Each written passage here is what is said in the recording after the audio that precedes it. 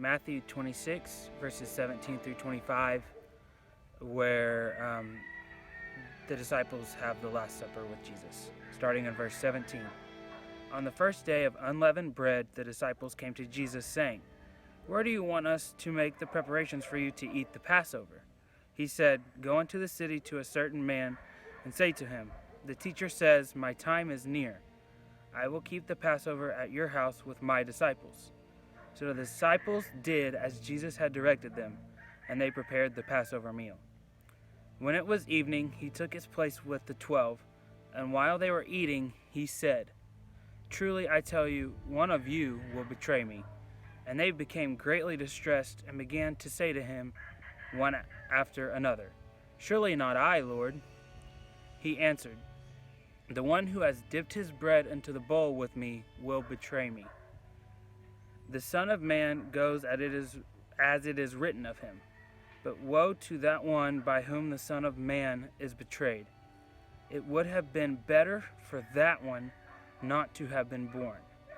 Judas, who had betrayed him, said, "Surely not I, Rabbi." He replied, "You have said so."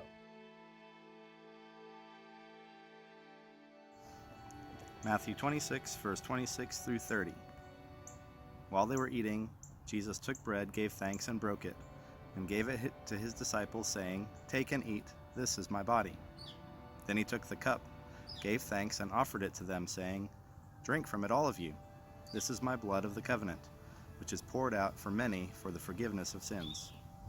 I tell you, I will not drink of this fruit of the vine from now until that day when I drink it anew with you in my Father's kingdom."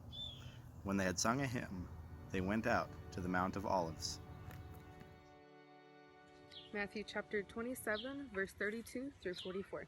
The crucifixion of Jesus.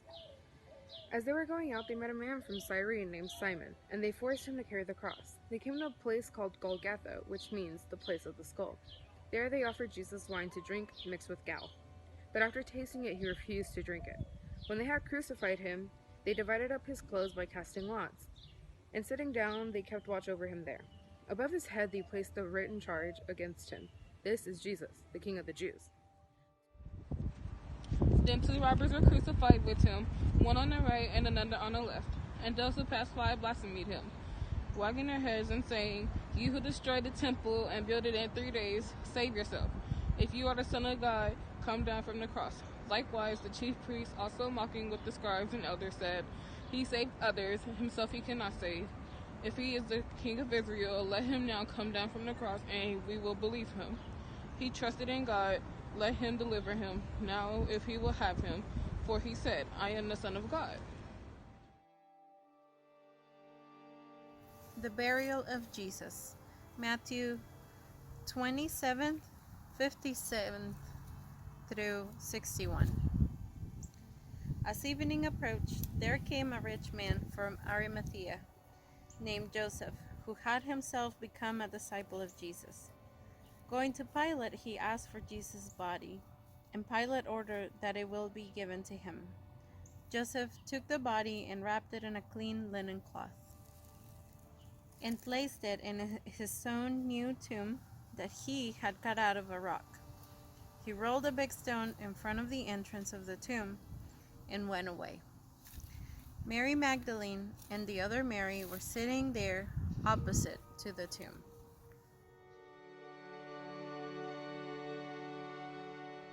After the Sabbath at dawn on the first day of the week, Mary Magdalene and the other Mary went to look at the tomb. There was a violent earthquake, for an angel of the Lord came down from heaven, and going to the tomb, rolled back the stone and sat on it. His appearance was like lightning, and his clothes were white as snow. The guards were so afraid of him that they shook and became like dead men. The angel said to the women, "Do not be afraid, for I know that you are looking for Jesus, who was crucified. He is not here, he is risen, just as he said. Come and see the place where he lay. Then go quickly and tell his disciples, he is risen from the dead, is going ahead of you into Galilee. There you will see him, now I have told you."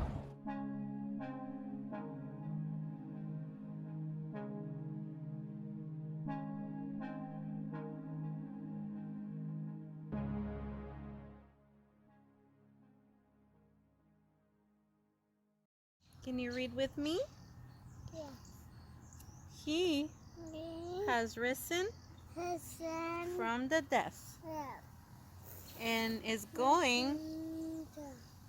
going ahead to Galilee.